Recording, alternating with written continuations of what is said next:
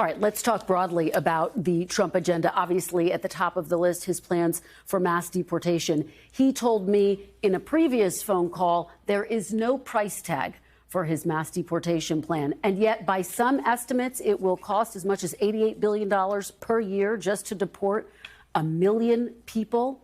Are you, is Congress prepared to support and pay for President-elect Trump's mass deportation plan, no matter what the cost, no matter how expensive? Kristen, I cannot think of a better dollar-for-dollar investment than to restore the security and the safety of the country. We've had a wide-open border for 4 years and millions upon millions of illegal persons. We have dangerous illegals in the country, criminals who have already committed crimes here, violent crimes against American citizens.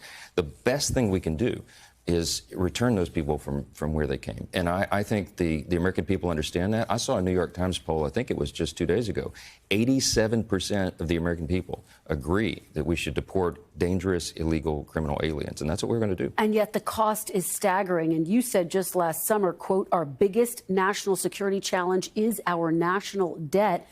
Does that mean that you are committed to making sure that his mass deportation plan is paid for with offsets? Well, sure. Listen, the number one job of the federal government is protecting the citizenry. And when you have a wide open border, you don't have safety, security, or even sovereignty for that matter. President Trump is going to follow through on his campaign promises and the promises that we all made on the campaign trail.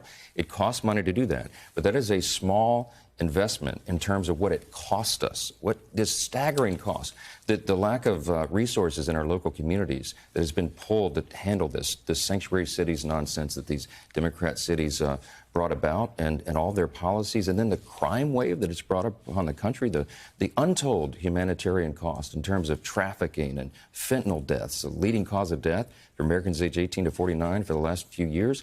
We have to get on top of this. And so getting rid of that criminal element, that dangerous element, is something the American people want us to do. Just bottom line, you are willing to spend trillions of dollars if that's what it costs to get this plan passed? Look, it won't cost trillions of dollars. Okay. I think we don't yet know the dollar figure, but I will tell you that the American people are going to support that effort. And we're going to begin with the most dangerous elements, and you're going to see a dramatic change in the country because of it. Thanks for watching. Stay updated about breaking news and top stories on the NBC News app or follow us on social media.